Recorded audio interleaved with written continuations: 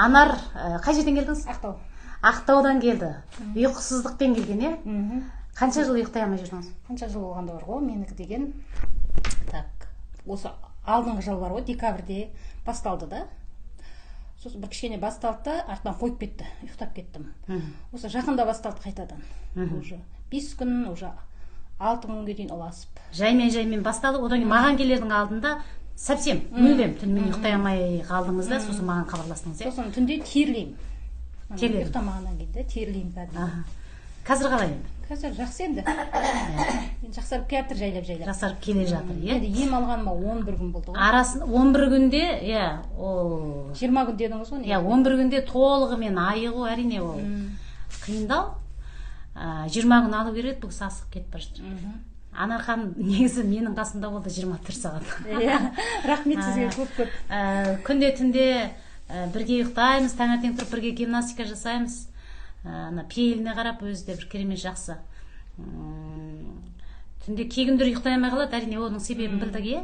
Бір күндер мен қонақ шақырдым, түнде кеш ұйықталдық, шаршап қалдық. Одан бір күндер тағы бірдеңе болды айтау. Содан кішкене ұйқысы бұзылды. Былай негізі 100% орындасақ толығымен айығып кетіп кете болады. Бірақ кешеден бері жақсысыз, е? 10 күн, 11 күн дегенде тәуір болып қалдық қазір. бірақ алдында да кішкене тәуір болғансыз, е? Мүлдем түнімен көз ілмейтін кісі 1 сағаттап, 2 сағаттап, 3 сағаттап жаймен ұйқысы дұрысталды, е? Анар. Сосын тағы қай жеріңіз ауырды? Тізеңіз ауырады? 2 тізем, артроз ғой. Ол қайтты қазір? Қазір ауырмайды. Ауырмайды. Біз ауру, біз үшін ерінді. Сосын түнде тоңатын едім ғой. Рас, сіз жотаңыз тоңып тұратынсыз. Қазір жақсы. Мен басында имбир порошок жағып жүрді ғой. Сол кезде тоңатынмын, жауырыныма жаққан кезде. Осы 3 күндей болды, тоңбаймын қазір. Уже тоңған басылды. Демек қолаяқ жылыды. Анар 11 күндегі нәтиже. Жаман емес. Бір жағынан сосын күнделікті өмір салтын мысалға дұрыстадыңыз, дұрысталып, соны сізден көп нәрсе үйрендік енді. Ары қарап отыр, сөйлесейші. Айта берейінші. Жарайды. Бұрынғы тұрмыста салтыңыз қандай еді? Бұрын енді кәдімгідей спорт жоқ. Спорт жоқ.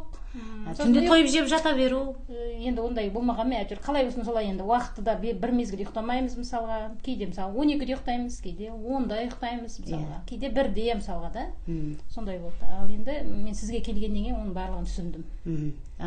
Біз негізі ең кеш дегенде 10-да, әйтпесе 9-да ұйықтап жүрміз, ә Раушан апай? Раушан апайымызда, сіз қай жерден? Атырау? Мен Ақтау. Ақтау, Маңғыстаудан. Раушан апайымыз қай жерден?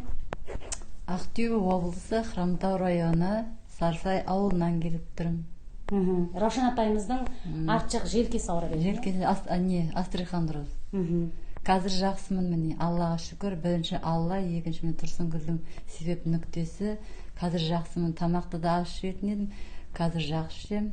Бәрі жақсы қазір, нормально. Тізеңіз ауырған басылды? Тізем қойды, я. Көмістен бәрін тізесі ауырады? Тізесі қойды. Жақсы қазір. Бұл кісі өте тақуалы, сондай енді 5 уақыт намазын тастамайды, 1 минут. Мына ем алып жүрген кезде дәрі тағып жем бәрін жуынады, соны кішкене салқындап қалады, қайта ұстап қалады. Соның бәрін себебін таптық та біз жеп едік, жақсы болып кетті. Негізі жазылмайтын ауру жоқ. Раушан апай да біздің үйде жатты. Бұл кісілер жатқан себебі қыстың қырауы, далада таныстар жоқ екен Алматыда. Сондықтан мен үйім биыл үлкен үй салдым. Біздің үйге жата беріңіз. Рахмет саған, көп бала-шағаң рақатын көр. Бізді өзіңнің тумаңнан да жақсы артық көріп жатсың. Біз де саған үйреніп қалдық, балдарға да үйреніп қалдық. Көп рахмет. Енді қимай кетеміз. Сіздер кетіп қалсаңдар. Жұртта келіп қалармыз. Жақсы. Рахмет көп. Ұжымыңа да көп қыздарға да рахмет. Мені емдеген кімге де, Таңгүлге де рахмет. Рахмет, көп рахметімді айтамын.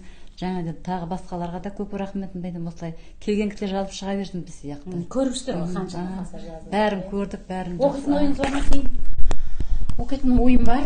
Енді үйренетін нәрсе көп екен бұл жерде. Біз ауруды деген біз өзіміз қабылдап алады екенбіз, қалай болсын солай жүріп.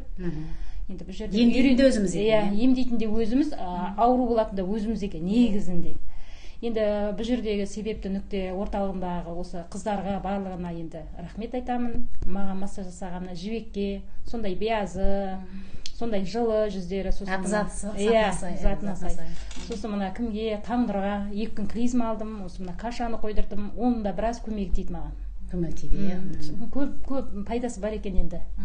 Дәрішпей ақ енді осы бір нүктелі массажбенен де мысалға осының барлығын ары қарай үйден орындап жазылып кетуге болады екен енді.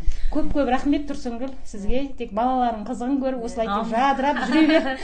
Осы орталықтардың үлкейіп тек осы әрбір Қазақстанның жерінен асылса енді бұл нұр үстіне нұр болар еді. Амин. Енді халық үйренгеніне қарайды ғой. Көп халыққа үйренсе әрине көп орталық. Біз көбіне ана медицинаға сеніп қалған. Енді бұл жердегі енді ем бөлек енді. Әшейін күтім, күтім. Жаңа 20% массаж. Раушан апай алғаш келген кезде мынандай кішкентай екі ұрттап жұтатындай чай кесемен ғана тамақ ішетін. Қазір үлкен чай кеседен екеу ішетін болдыңыз, жақсы аппетит жақсы. Әрине қарт адамның қартайған сәтте тамақты сабырлы, жаймен шайнап, көп шайнап, аз жұтқан, азырақ ішкен дұрыс әрине.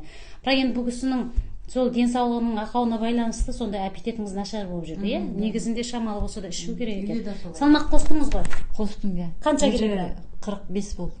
45 сіз келгенде 42 болдыңыз, 40 өшегеннен 44-те 6 бұл енді 45 ровно. Ровно. В общем, саунаға барған кезде бұл кісі 1 килограмм қосыппын дедіңіз. Алды өшеген постоянно 42 болады. 42. А мен жерге келгенде 45. 45 болды. 45, онда уже әжептәуір 42 болады. Мына кісінің беті де толыпты. Бетіңіз толған. Енді үйге барғаннан бала-шағаңыз бір қарап не айтады, WhatsApp-та айтасыздар ғой. Айтамын. Бұл кісіміз сарғыш болып келген. Ұйқыған адам сарғайып, түр әлпеті жаман болып тұрады ғой. Сарғыш болып келген. Қазір өз өңіне келді. Қара торы, әдемі, аха деп ауыз ашылса жүрегі көрінетін сондай жақсы адам екенсіздер. Мен де қуаныштымын сіздермен танысқаныма. Әр қалада үйім болсын депті, бір қарт баласына өсиет айтыпты. Әр қалада үйім болсын деп. Міне, Атырау Маңғыстауда бір үйім бар, Ақтауда бір үйім бар. Ақтөбе. Құрамтау ауданы. Сартай ауылы. Сарсай ауылы. Жақсы, ауырмаңыздар. Болмаса қонаққа келіңіздер. Иә, әрине. Ауырмаңыздар.